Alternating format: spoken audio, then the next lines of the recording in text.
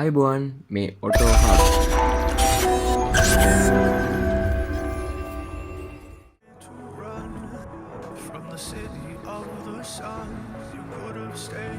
Mercedes Benz කිව්වහම මේ වෙනකොට අපි C class එක G class එක ඒ වගේම S class එක ගැනත් යම් දේවල් කතා කරලා තියෙනවා. හැබැයි සාමාන්‍යයෙන් ලංකාවට අලුතෙන් වාහනයක් ආවහම ඒ වාහනේ ගොඩක් ජනප්‍රිය වෙනවා. හැබැයි කාලයත් එක්ක ඒ වාහනේ තියෙන ජනප්‍රිය බව ටික ටික අඩු වෙනවා. ඉතින් ඒ වගේම ඊටමත් සීමිත වාහන ප්‍රමාණයක් තියෙනවා. ඒ වාහන ලංකාවේ එදා ඉඳන් අද වෙනකම්ම ගොඩක් ජනප්‍රියයි. ඒකේ ජනප්‍රිය බව කාලයත් එක්ක අඩු වෙන්නේ නැහැ. ඉතින් ඒ වගේ වාහනයක් තමයි මම කලින් කතා කරපු Volkswagen Beetle එක. මෙන්න මෙතන තියෙන ඒ වීඩියෝ එක. එතකොට ඒ වගේ Mercedes Benz ලා ගැන කතා කරොත් කාලයත් එක්ක ජනප්‍රිය බව අඩු වෙන්නේ නැති වාහනයක් තමයි මේ විදිහට අද Auto Hub YouTube channel එකේ classic segment එකකින් ගෙනලා තියෙන්නේ.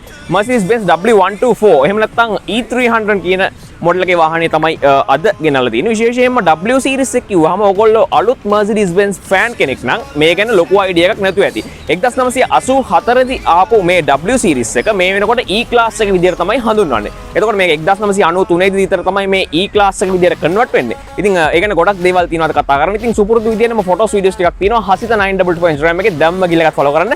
ඉතින් මේ වගේ ලංකාවේ තියෙන ජනප්‍රියම classic වාහන වලත් ඔයගොල්ලන්ට Auto Hub YouTube channel එකෙන් ඉස්සරහට බලන්න පුළුවන්. ඒකින් අනිවාර්යයෙන්ම channel එක subscribe කරන්න.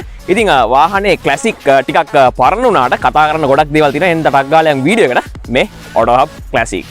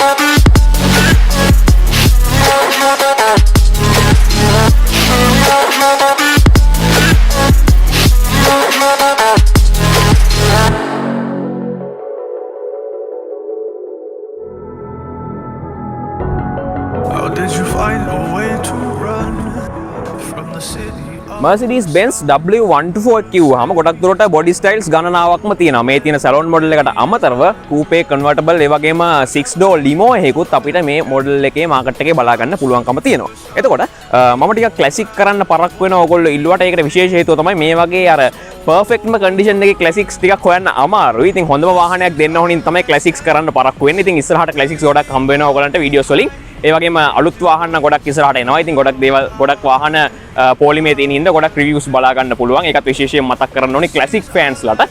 ඉතින් විශේෂයෙන්ම මේක mid size කා කියන කැටගරි එකේ තමයි යන්නේ. එහෙම නැත්නම් වාහනේ ඩිසයින් කරලා තියෙන්නේ mid size කා කියන කැටගරි එකේ. එතකොට ඔයගලන්ට පොඩි doubt එකක් තියෙනවා නම් W124 එකක් use කරන්නත් ආසයි. හැබැයි ටවුන් එකේ වගේ අපිට මේක පාක් කරගන්න පුළුවන් වේද? එහෙම නැත්නම් ටිකක් බල්කි වැඩි වෙයිද කියලා ඒකින් තමයි මම විශේෂයෙන් මේක මතක් කරේ. මේක ටර්නින් සර්කල් එකත් 11.6ක් වගේ තමයි බලා ගන්න පුළුවන් වෙන්නේ. ඉතින් ලොකු size S class එකේ වගේ මේ පැත්තට යන බල්කි කා එකක් නෙවෙයි. ඒක විශේෂයෙන්ම කියන්න ඕනි. ඕගොල්ලෝ මේ වාහනේ use කරන්න බලාපොරොත්තු වෙනවා නම් ඉතින් ඒත් එක්කම විශේෂයෙන්ම මේකේ ෆ්‍රන්ට් එකට මම ඉස්සෙල්ලා කතා කරන්න එනවා. ඉතින් ෆ්‍රන්ට් එකේ ඩිසයින් එක ගැන කතා කරද්දී අර දැන් වගේ කර්ව්ඩ් ෂේප් එහෙම නැත්නම් අර ලස්සන පෙනුමක් නැති වුණාට මේකේ තියෙන අර රෙට්‍රෝ ඩිසයින් එක එහෙම නැත්නම් අර අපිට අදටත් මේ වාහනේ ටිකක් අර අලුත් වාහනත් එක්ක උනත් තියන්න පුළුවන් වෙන ඩිසයින් එක ගැන විශේෂයෙන් කතා කරන්න ඕනේ. ඔයගලන්ට පේනවා ඇති බැලුමට මේක අර දෙපාරක් හැරිලා බලන්න හිතෙන විදිහේ වෙනුවක් තමයි තියෙන්නේ. ඉතින් මම මේක ඔප්ෂන්ස් වලට එන්නම්. ඒත් එක්ක මේකේ ග්ලාස් එකේ තියෙන වයිඩ් ඩිසයින් එකත් එක්ක අපි ඇතුළට නැගලා බලමු මේක කොහොමද අපිට පේන්නේ කියලා. ඒත් එක්ක මේකේ බොනට් ඩිසයින් එක සහ මේ වින්ස්ක්‍රීන් වොෂර්ස් අපිට බලා ගන්න පුළුවන් වෙනවා. ඒ වගේම මේකේ සිංගල් වයිප් එකක් තියෙන්නේ. විශේෂයෙන්ම Mercedes Benz ලගේ අපිට බහුලව බලා ගන්න පුළුවන් වෙන්නේ සිංගල් වයිප් එකක්. ඒත් එක්කම මේ ග්‍රිල් එකත් එක්කම ගොඩක් ලස්සන ෂැඩෝ ලයින්ස් ඇවිල්ලා මේ වාහනේ තියෙන ලුක් එක වැඩි කරලා තියෙනවා. ඒත් එක්කම ඔයගොල්ලෝ Rolls Royce වගේ ෆෑන් කෙනෙක් නම් දන්නවා ඇති Spirit of Ecstasy කියලා ඒගොල්ලන්ගේ ලෝගෝ එක මෙතන තියෙනවා. ඒ වගේ Mercedes Benz ලගෙත් මේ විදිහට අපිට ලෝගෝ එක බලා ගන්න පුළුවන් වෙනවා. ඒ ඔරිජිනල් ලෝගෝ එකත් එක්ක තමයි බලා ගන්න පුළුවන් වෙන්නේ. ඉතින් ඊට පස්සේ මම එනවා මේකේ ලයිට් එකට. මේ ලයිට් එක සහ මේ ඔක්කොම ඩිසයින් එක. එහෙම නැත්නම් මේ ඕවරෝල් ඩිසයින් එක එකම ෂේප්ස් වලට එහෙම නැත්නම් එකම විදිහේ ආර්ට් එකකට තමයි බ්ලෙන්ඩ් වෙන්න හදලා තියෙන්නේ. ඉතින් ඔයගලන්ට පේනවා ඇති බැලුමට ගොඩක් ලස්සන ඩිසයින් එකක්. ඉතින් මේක අපිට හැලජන් ලැම්ප්ස් තමයි හම්බ වෙන්නේ. මොඩල්ස් හැම එකේම වගේ අපිට හැලජන් ලැම්ප්ස් හම්බ වෙන්නේ. ඊට අමතරව මේ වගේ වයිපර්ස් බලා ගන්න පුළුවන් වෙනවා. ඉතින් විශේෂයෙන්ම මේ වයිපර්ස් ගොඩක් දුරට ලංකාවේ නොවන වෙනත් රටකදී වගේ එහෙම නැත්නම් හිම වැටෙන රටකදී වගේ ගොඩක් දුරට යූස්ෆුල් වෙනවා. ලංකාවේ ගොඩක් දුරට මේක අපිට අත්‍යවශ්‍ය වෙන්නේ නැහැ. ඒත් එක්කම Mercedes Benz grill එක එහෙම නැත්නම් අපිට මේ සීරීස් එක ආපු S class එක වගේ හැම වාහනේම ආපු ඒ ඩිසයින් එක තමයි අපිට මේකෙත් බලා ගන්න පුළුවන් වෙන්නේ. ඒ සමාන ඩිසයින් එකක් නොවුනත් ගොඩක් දුරට ඒ ඩිසයින් එක ඉන්ස්පයර් කරලා තියෙන්නේ. එතකොට මේකේ කලර් ටෝන්ස් ගැන කතා කරද්දී මේකේ ඔරිජිනල් ආපු බොඩි කලර් එක සහ බම්පර් කලර් එක එහෙම නැත්නම් මේ බම්ප් එකේ කලර් එක තමයි බලා ගන්න පුළුවන් වෙන්නේ. මම ඒක විශේෂයෙන්ම කිව්වා ඔයගලන්ට හිතෙන්නේ නැති මේක කලර් එකක් මැච් කරලා ලංකාවේදී මේකට කලර් එකක් ඩිසයින් කරලා කියලා නැහැ. මේ වාහනේ ආපු ඔරිජිනල් ඩිසයින් එක මේ තියෙන්නේ. ඒත් එක්කම සාමාන්‍ය කාර් එකක් කිව්වම ඊළඟ ප්‍රශ්නේ අර මම කියවනේ මේ වාහනේ ටිකක් ලොකුයිද කියලා සැකයක් තියෙනවා කියලා. අන්න ඒ වගේ ඊළඟ ප්‍රශ්නේ තමයි ground clearance කොයි වගේද කියන එක. ඉතින් මේකේ ground clearance එක විශේෂයෙන්ම මිලිමීටර 160ක් විතර තමයි තියෙන්නේ. එතකොට මේකේ wheel base එක එහෙම නැත්නම් මේක අර mid size කාර් එකක් හින්දා wheel base එක ටිකක් අඩු හින්දා මේකේ අර ground clearance එක අර රළු පාරකට වගේ ගොඩක් ලොකු ප්‍රශ්නයක් වෙන්නේ නැහැ. ඉතින් මම ground clearance එකත් එක්කම මේකේ dimension උත් දාන්නම්. එතකොට ඕගොල්ලෝ දන්න අනික් වාහනත් එක්ක මේක compare කරන්න පුළුවන්. screen එකේ තියෙන dimensions ඕගොල්ලන්ට compare කරගන්න පුළුවන්. ඉතින් ඒ විදිහට තමයි ෆ්‍රන්ට් එක ගැන කතා කරන්න තියෙන්නේ. මම මෙහෙම එනවා මේකේ සයිඩ් එකට. සයිඩ් එක ඉස්සෙල්ලාම එන්නේ වීල් එකටනේ. ඉතින් මම කියපු දෙයක් තමයි මේකේ බොඩි ඩිසයින් එක, මේකේ ලයිට්ස්, මේකේ වින්ස්ක්‍රීන් ඩිසයින් එක මේ වගේ හැම දෙයක්ම ගොඩක් දුරට එක සමාන විදිහට ඒ විදිහට එකම ඩිසයින් එක බ්ලෙන්ඩ් වෙන්න තමයි හදලා තියෙන්නේ කියලා. ඉතින් මේකේ වීල් එකට එද්දිත් ගොඩක් දුරට මේ බොඩි එකට මැච් වෙන විදිහේ ලස්සන වීල් එකක් දීලා තියෙනවා. ඉතින් මේක 15 ඉන්ච් වීල් එකක් එක තමයි අපිට ඇවිල්ලා තියෙන්නේ. විශේෂයෙන්ම මේකේ අපිට සාමාන්‍යයෙන් බැලොන් සයිස් එක ඔරිජිනලි එන්නේ මීටරේ පොඩ්ඩක් අඩුවෙන්. එතකොට මේකේ පොඩ්ඩක් වැඩි කරලා අර අපියරන්ස් එක වැඩි කරගෙන තියෙනවා. ඒත් එක්කම මේකේ අපිට ඩිස්ක් බ්‍රේක් තමයි වීල්ස් හතරෙම හම්බ වෙන්නේ. ඉස්සරහ අපිට වෙන්ටිලේටර් ඩිස්ක් හම්බ වෙනවා. පිටිපස්සෙත් අපිට ඩිස්ක් බ්‍රේක් ඔප්ෂන් එක දීලා තියෙනවා. ඉතින් විශේෂයෙන්ම සස්පෙන්ෂන් ගැන කතා කරද්දී ඉස්සරහ විශ්බෝන් සස්පෙන්ෂන් තියෙනවා. එතකොට ගොඩක් හොඳ ඉන්ඩිවිජුවල් සස්පෙන්ෂන් සිස්ටම් එකක් විදිහට හඳුන්වලා දෙන්න පුළුවන් කම්පැටිබිලිටි එක අතින්. ඒත් එක්කම විශ්බෝන් එක හැඩයට තමයි මේකේ සස්පෙන්ෂන් එක එහෙම නැත්නම් වීල් එක මවුන්ට් කරලා තියෙන්නේ. ඉතින් ඒත් එක්කම මේකේ ෆෙන්ඩර් එකට එද්දී ඔයගලන්ට පේනවා ඇති සිග්නල් ලයිට් එක අපේ ෆෙන්ඩර් එකේ තියෙන්නේ. එතකොට අර මම කලින් කියපු දේ ආයෙ මතක් කරන්න ඕනේ. මේකේ මේ කලර් කම්බිනේෂන් එක ඔරිජිනලි මේ W124 එකට එන කලර් කම්බිනේෂන් එකක් තියෙන්නේ. මෙන්න මේ විදිහට ක්‍රෝම් ගානිෂ් එකක් එක්කම. ඉතින් ඊට පස්සේ මේකේ ස්කේල් එක එහෙම නැත්නම් සයිඩ් ස්කේල් එක මම පොඩ්ඩක් මේ විදිහට පෙන්නන්නම්. වාහනේ ළඟ හිටගෙන ඉඳලා මොන වගේ ස්කේල් එකකද වාහනේ තියෙන්නේ කියලා. ඒත් එක්කම මේකේ අර ෆ්‍රන්ට් එකේ ඩිසයින් එක වගේම අර ක්ලාසික් ටිකක් අර ෆියුචරිස්ටික් ලුක් එක ඒ කාලේ විදිහට අදටත් මේන්ටේන් වෙනවා. එහෙම නැත්නම් අදටත් අලුත් වාහනයක් එක්ක එක හා සමානව නවත්තලා තියාගන්න පුළුවන් විදිහේ ඩිසයින් එකක් මේ වාහනේට තාමත් තියෙනවා කියලා කියන්න පුළුවන්. ඉතින් ඕගොල්ලෝ මේ වාහනේට ආස නම් ඕගොල්ලෝ මේ වාහනේ යූස් කරනවා නම් අනිවාර්යයෙන්ම ඩිසයින් එක ගැන මොකද හිතන්නේ කියලා පල්ලෙහෙන් කමෙන්ට් එකක් දාන්න. ඉතින් ඒත් එක්කම මේක පිටිපස්සට යනවා නම් මෙතනින් තමයි අපේ ෆුල් ලිඩ් එක හම්බ වෙන්නේ. ඒත් එක්කම වාහනේ සයිඩ් එකේ තියෙන විශේෂම දේ කියන්න කලින් මම මේ ඩෝ හැන්ඩල්ස් ගැන කතා කරලා ඉන්නම්. මෙන්න මේ විදිහට ගොඩක් හෙවි ලුක් එකක් තියෙන. ඒ වගේම අතර ගොඩක් පහසු ඩිසයින් එකක් තියෙනවා. ඉතින් වාහනේ දොරවල් වල වේට් එක ටිකක් වැඩි. එතකොට හොඳ හැන්ඩල් එකක් තියෙනවනේ ඒක කන්ට්‍රෝල් කරන්න. එහෙම නැත්නම් හැන්ඩල් කරන්න.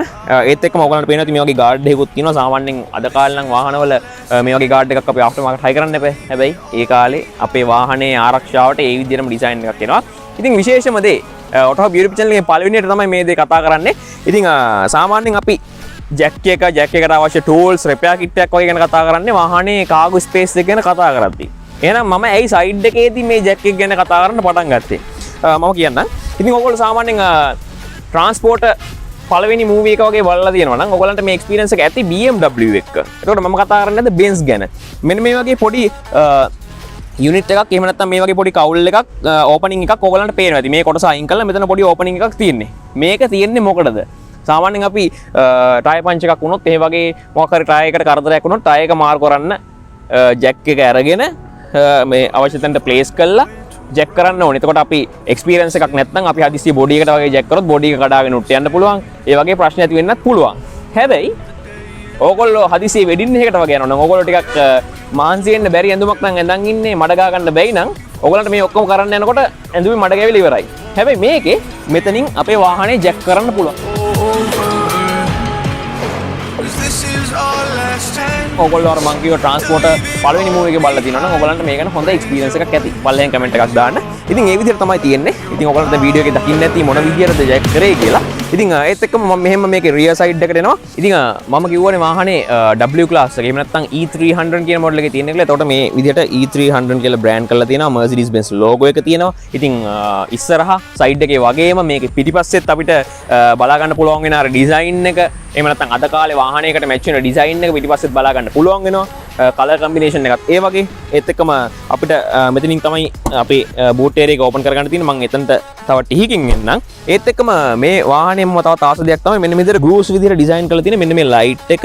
ඉතින් මේ ලයිට් එකත් අර වාහනේ ඕවර්ऑල් ඩිසයින් එකත් එක්ක ගොඩක් හොඳට බ්ලෙන්ඩ් වෙනවා කියලා කියන්න පුළුවන්. ඒත් එක්කම බම්ප් එක මේ වගේ ගානිෂ් වලින් වාහනේ තියෙන ඩිසයින් එක තවත් වැඩි කරලා දෙනවා. එතකොට වාහනේ පිටිපස්සේ ක්ලියරන්ස් එක ගැන කතා කරොත් සාමාන්‍යයෙන් අර මම හැමදාම කියන පල්ලමක් වගේ බස්සලා සාමාන්‍ය පොළොවට එද්දි පිටිපස්ස ඇතිල්ලේද කියලා ඔයගොල්ලෝ අයිඩියා එකක් આવොත් ගොඩක් ක්‍රිටිකල් තැන් වලදී අරෙන්න. ඒ ප්‍රශ්නේ මම හිතන්නේ ඔයගොල්ලන්ට මේ වාහනේ කියලා ලෝඩ් කරලා තිබුණත්. ඉතින් අපි බලමු එක්ස්පීරියන්ස් තියෙනවා නම් අනිවාර්යයෙන්ම ඒව ගැන පල්ලෙන් කමෙන්ට් එකක් දාන්න. මොකද ගන්න ඉන්න කෙනෙක් ඉන්නවා නම් අනිවාර්යයෙන්ම වැදගත් වෙන හින්දා. ඉතින් එහෙමම ඉස්සරහට යන්න කලින් මම මේකේ බූට් එක ඕපන් කරන්න. මෙන්න මේ විදිහට අපිට බූට් ඒරියා එක ඕපන් කරගන්න පුළුවන්. මේ දොර ගොඩාක්ම වේට් එකෙන් අඩුයි. ඉතින් ගොඩක් පහසුවෙන් ඕපන් කරන්න පුළුවන්.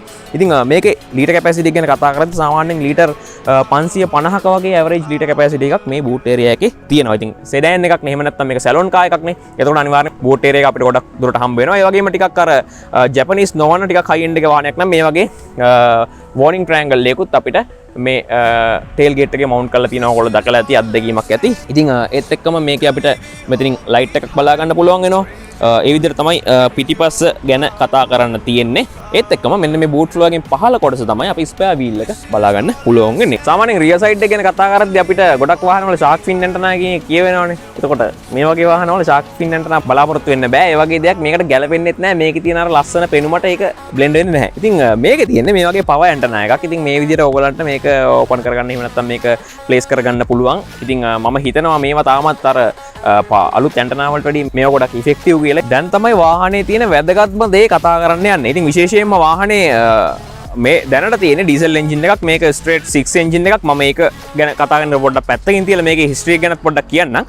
මේක ඉන්ලයින් 4 සිලින්ඩර් පෙට්‍රල් ආපු එන්ජින් එකක්. එතකොට මේකේ දැන් තියෙන ස්ට්‍රේට් 6 එන්ජින් එකක්. ඊට කලින් මම මේක ඕපන් කරලා ඉන්නම් විස්තරයෙන් කතා කරන්න කලින් අපිට සාමාන්‍යයෙන් ඕපන් කරන විදිය ගැන කතා කරනවා. මෙන්න මේ විදියට ලොක් එක රිලීස් කරලා මෙන්න මේ විදියට තමයි ඕපන් කරගන්න තියෙන්නේ. ඉතින් මේ තියෙන එක ලෙවල් එකක්. මේ වාහනේ මීට වැඩිය අපේ බොනට් එක ඕපන් කරගැනීමේ හැකියාවක් තියෙනවා. මම මේක පෙන්නන්නම් කොච්චරක් දුරට මේක ඕපන් කරන්න පුළුවන්ද කියලා.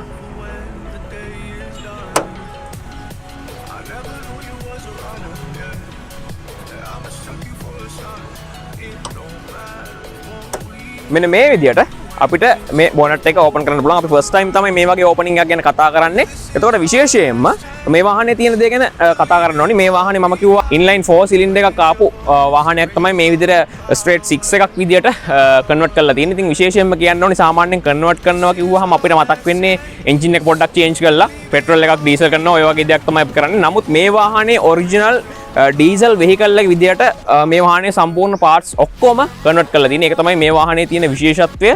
මේ වාහනේ වැලියු එක වැඩි වෙලා තියෙන්නේ ඒ හින්දා.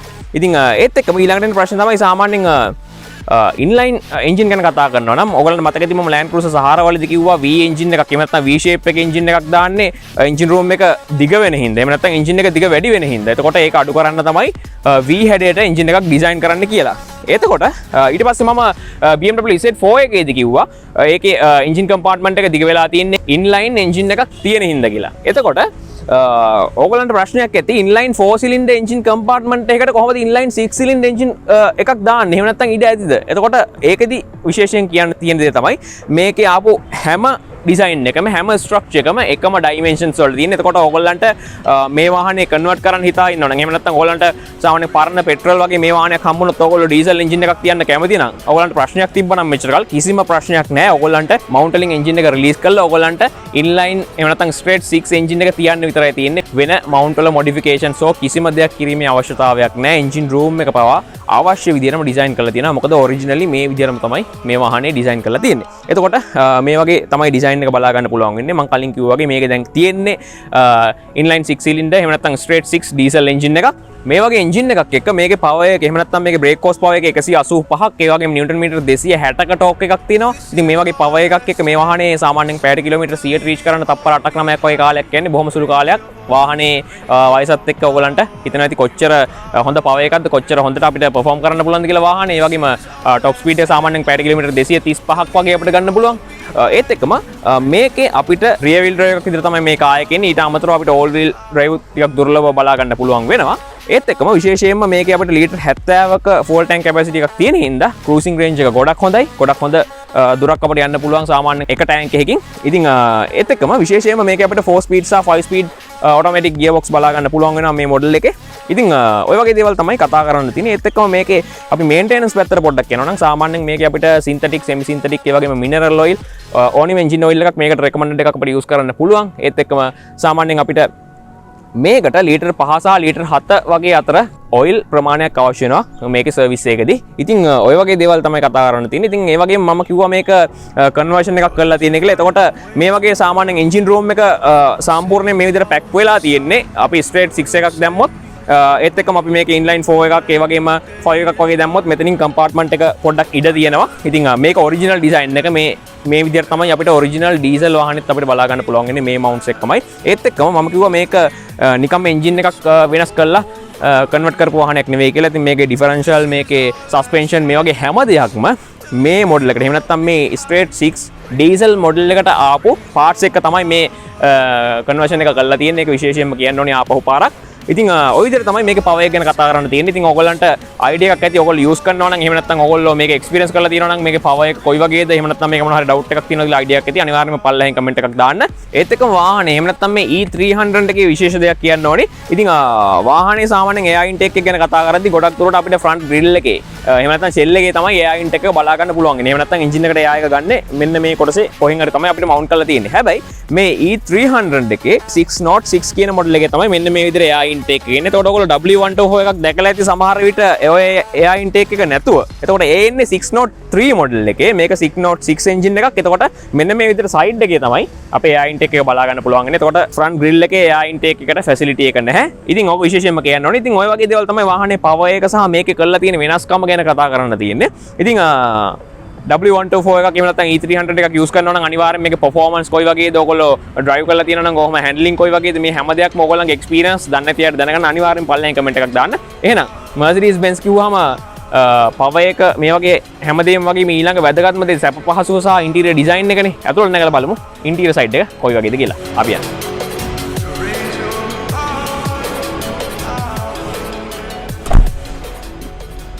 වාහන ගැන කතා කරද්දී එහෙම නැත්නම් ක්ලාසික් ගැන කතා කරද්දී මම වීඩියෝ එක පටන් ගන්නදිම කිව්වා අර ඔරිජිනල් කන්ඩිෂන් එකේ ක්ලාසික්ස් ටිකක් හොයාගන්න අමාරු හින්දා තමයි ක්ලාසික් සෙග්මන්ට් එක අර කන්ටිනියස්ලි ගේන්න බැරි වෙන්නේ කියලා. ඉතින් අලුත් වාහන ඕන තරම් තියෙනවා. අලුත් වාහන පොලිමක්ම තියෙනවා ඉස්සරහට එන්න. ඉතින් අන්නේ ඔරිජිනල් බව ගැන තමයි මේ පොඩ්ඩක් කතා කරන්න යන්නේ. ඉතින් අර මේවා අර ලෙදර් කියන ස්මෙල් එක පවා මට තාම එනවා. ඉතින් මේ වාහනේ 1991 මැනුෆැක්චර් කරපු වාහනයක්. ඉතින් ස්මෙල් එක එනවා. ඒ වගේම මේ තියෙන ට්‍රිම්ස් ඔක්කොම තාම ඔරිජිනල් විදිහට ඔයගොල්ලන්ට මේ S2 එකෙන් පේන විදිහටම එහෙම නැත්නම් ඔයගොල්ලන්ට ඩිස්ප්ලේ එකෙන් පේන විදිහටම මේ ඔරිජිනල් කන්ඩිෂන් මේ වාහනේ තියෙනවා. ඒක තමයි මේකේ තියෙන වැදගත්ම දේ. ඒ වගේම මේ කාපට්ස් පවා තියෙන Mercedes Benz ඔරිජිනල් කාපට්ස් මම ඉස්සරහදී ලෝගෝ එක පෙන්නන්නම්. පිටිපස්සේ ලෝගෝ එක ඇටච් කරලා නැහැ කාපට් එකේ. ඉතින් ඊළඟට එන්නේ මේකේ කම්ෆර්ටබිලිටි එකට. ඉතින් ලෙදර් කිව්වහම අපි ගොඩ දෙනෙක් දන්නේ අර ලෙදර් සීට් කවර් එකේ හින්දා ගොඩ දෙනෙක් ලෙදර් වලට කැමති නැහැ. ලෙදර් රත් වෙනවා, ලෙදර් පොඩ්ඩක් ටෆ් වැඩි. හැබැයි මේ වාහනේ දැන් මේ විදිහට තමයි මම තියෙන්නේ. මම වාඩිනහම මෙන්න මේ විදිහට ස්මූත් විදිහට පල්ලෙහාට බහිනවා වලකට වගේ. එතකොට ගොඩක් හොඳ කම්ෆර්ටබල් ඇන්ගල් එකකට අපේ බොඩි එක හැදෙනවා. ඉතින් ඒ විදිහට තමයි තියෙන්නේ. ඉතින් ඊට අමතරව මේක අර මිඩ් සයිස් කාර් එකක් කියලා කිව්වනේ. එතකොට ඔයගොල්ලන්ට ප්‍රශ්නයක් ඇති. මේක දිගපළ අඩු ඇති. හැබැයි ඇතුලේ ඉඩ තියෙයිද? එහෙම නැත්නම් සැලොන් කාර් එකක් විදිහට මේක ඇතුලේ ඉඩ තියෙයිද කියලා. හැබැයි ඔයගොල්ලන්ට දැන් පේනවා ලෙග් රූම් එක මොන වගේ තියෙන්නේ, ඒ වගේම හෙඩ් රූම් එක මොන වගේ තියෙන කියලා ගොඩක් හොඳ මට්ටමක තියෙනවා.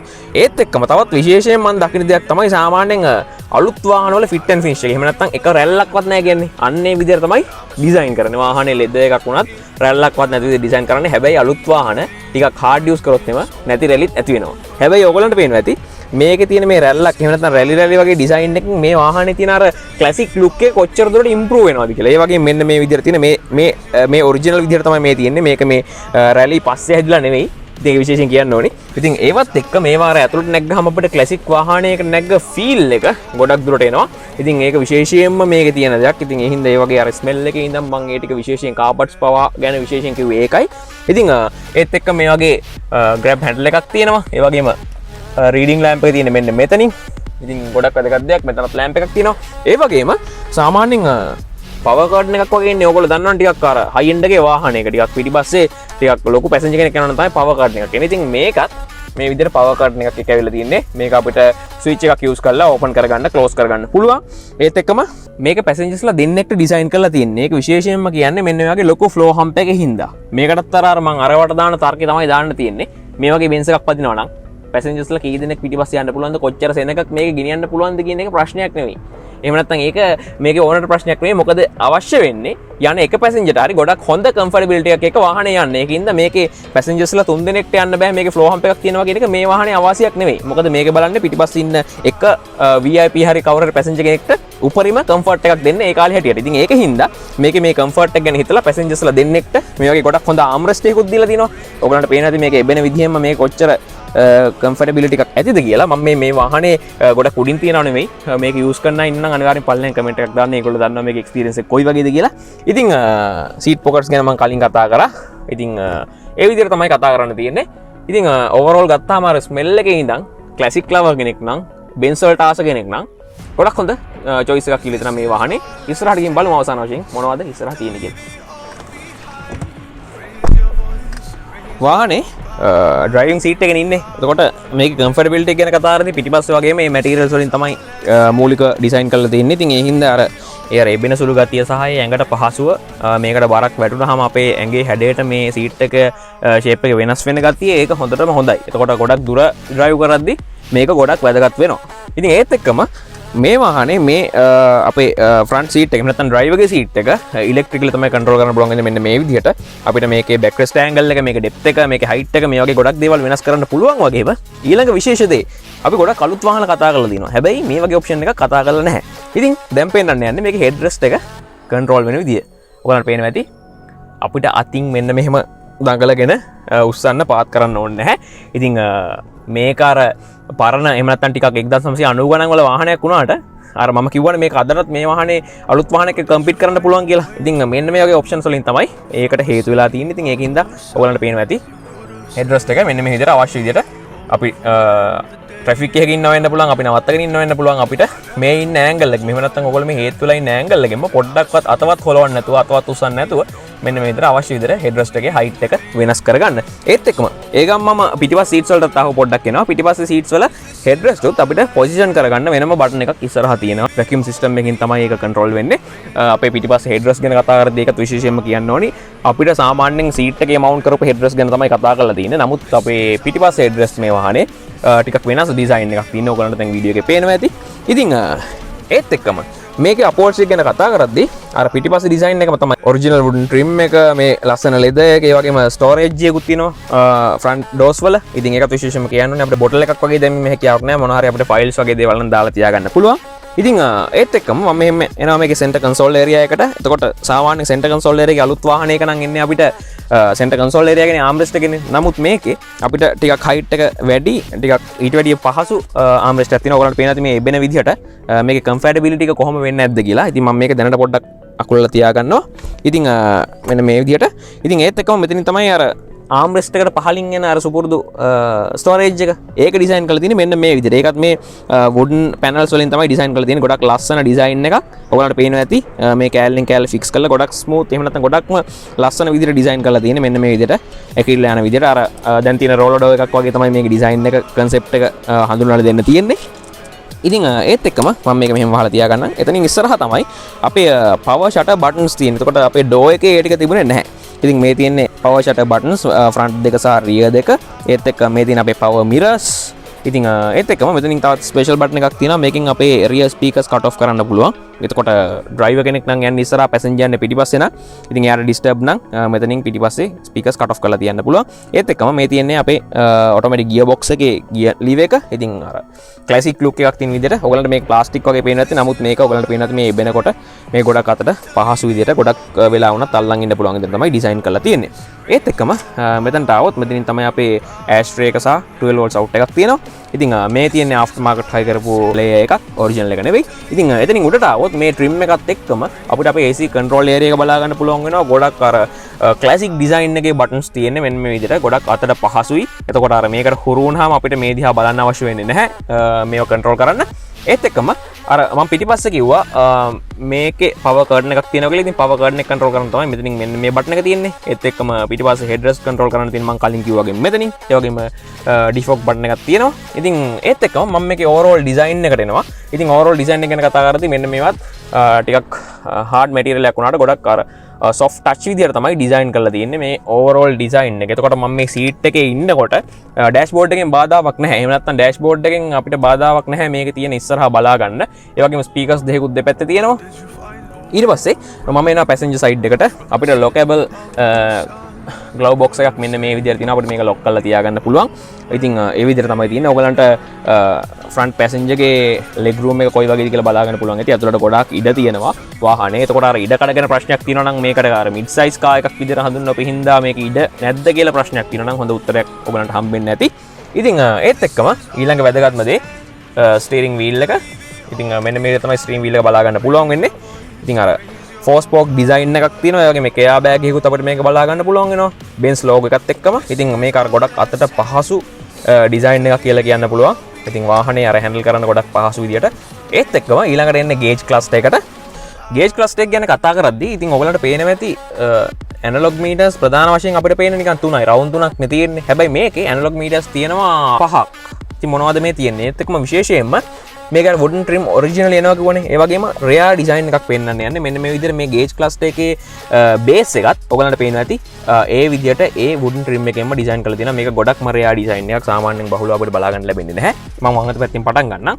මේක අපිට වම් අත පැත්තේ අපේ engine heat එක, ඒ වගේම අපේ fuel gauge එක බලා ගන්න පුළුවන් වෙනවා. ඒත් එක්කම ඊළඟට අපේ speedometer එක, ඒ වගේම දකුණු අත පැත්තේ අන්තිමට tachometer එක සහ clock එකකුත් බලා ගන්න පුළුවන් වෙනවා. ඉතින් අදටත් මේ analog clock එක ඒ විදිහටම Mercedes Benz වල බලා ගන්න පුළුවන් වෙනවා. මේ කාලේ තිබිච්ච design අදටත් maintain කරනවා කියලා කියන්න පුළුවන්. ඒත් එක්කම අලුත් වාහනයක අර හැමතැනම අපිලිවෙලට තියෙන indicators ටික මෙන්න මේ විදිහට පහසුවෙන් පහලින් බලා ගන්න දීලා තියෙනවා. ඉතින් ගොඩක් වැදගත් දෙයක්. ඒ වගේම අපිට අපේ key එක දාන්න තියෙන්නේ මෙන්න මෙතනින් මේ විදිහට. ඉතින් ඒත් එක්කම දකුණු අත පැත්තට ආවොත් අපේ headlight controllers තියෙනවා. ඒ වගේම parking brake එක තියෙන්නේ එතන. ඒ වගේම අපේ headlight එකේ level එක වෙනස් කරන්න පුළුවන් වගේම සාමාන්‍යයෙන් අපි Japanese නොවන වාහනයක් වුවම ඊළඟ දේ තමයි අර levers මාරු වෙලා නෙන්නේ. wiper lever එක මේ පැත්තේ එනවා. signal light lever එක මේ පැත්තේ එනවා. එතකොට අපි අර මාරු කරලා දානවනේ හදිස්සි Japanese වාහනයක් පැදලා මේ වගේ එකට ආවම මේකේ අපි වයිපර්ස් සහ සිග්නල් ලයිට් ලිවර්ස් ඔක්කොම දකුණු අත පැත්තේ බලා ගන්න පුළුවන් වෙනවා. ඒත් එක්කම ස්ටියරින් වීල් එකේ තියෙන වැදගත්ම දෙයක් සමහරලාට අද කාලේ තියෙන පොඩි වාහනවලවත් මේක නැහැ ඔප්ෂන් එක. ඉතින් මේකේ ඉලෙක්ට්‍රිකලි කන්ට්‍රෝල් කරන්න පුළුවන් ස්ටියරින් වීල් එකක්. ඉතින් අදටත් හයි එන්ඩ් එකේ වාහනවල විතරයි මේ වගේ ඔප්ෂන්ස් තියෙන්නේ. ඉතින් මෙන්න මේ විදිහට අපිට ස්ටියරින් වීල් එක අවශ්‍ය පොසිෂන් එකකට ගන්න පුළුවන්. ඉතින් 1991 වාහනයක් කියලා විශේෂයෙන් මතක් කරන්න ඕනේ වාහනේ. ඉතින් ඒත් එක්කම තමයි මේවා තියෙන වැලියු එක වැඩි වෙන්නේ. ඉතින් ඒ විදිහට තමයි මේ වාහනේ ගැන කතා කරන්න තියෙන්නේ. ඉතින් ඕගොල්ලෝ දකින්න ඇති 1991 වාහනයක් විදිහට අදටත් මේ වාහනේ අලුත් වාහනත් එක්ක කම්පීට් කරන්න මොන වගේ තත්ත්වයකද තියෙන්නේ කියලා. ඉතින් ඔය විදිහට තමයි Mercedes Benz E300 එහෙම නැත්නම් W124 කාර් එක ගැන කතා කරන්න තියෙන්නේ. ඒකට මට මගේ අරිච්ච මොනවා හරි තියෙනවා නම් යූස් කරන කෙනෙක් ඉන්නවා නම් අනිවාර්යයෙන්ම පල්ලෙන් කමෙන්ට් එකක් දාන්න. මොකද මේ වගේ වාහන ගැන දැනගන්න කොට දෙනෙක් ආසින් ඉඳලා. ඉතින් වීඩියෝ එක මුලින්ම කිව්වා වගේම ක්ලාසික් වාහන මේ වගේ පර්ෆෙක්ට් කන්ඩිෂන් එකේ තියෙන වාහන ටික හොයාගන්න අමාරුයි. ඒකින් තමයි ක්ලාසික් සෙග්මන්ට් එකේ චුට්ටක් විතර පරක්කු වෙන්නේ. ඉතින් අලුත් වාහන නම් ගොඩක් ඉස්සරහට ගේන්න බලාපොරොත්තු වෙනවා. ඉතින් ඉස්සරහටත් මේ වගේ මින්ට් කන්ඩිෂන් එකේ තියෙන වාහන ඔයාලන්ට බලා ගන්න පුළුවන් ක්ලාසික් සෙග්මන්ට් එක යටතේ පරක්කු වෙලා හරි. ඉතින් මේ වගේ හැමදේම බලන්න අනිවාර්යයෙන්ම මොටෝ YouTube channel එක subscribe කරන්න. ඒ වගේම ෆොටෝස් වීඩියෝස් ටිකක් දාන්න. Hasita922 Instagram එකේ දැම්ම කියලා එකත් follow කරන්න. ඉතින් වාහන සම්බන්ධ හැමදාම දැනගන්න මොටෝ YouTube channel එක subscribe කරන්න, Facebook එක like කරන්න, Instagram එක follow කරන්න. සිංහලෙන්ම වාහන ගැන දැනගන්න. මේ Auto Hub. When the day is done, I never knew you was a runner, yeah. I mistook you for a son. It don't matter.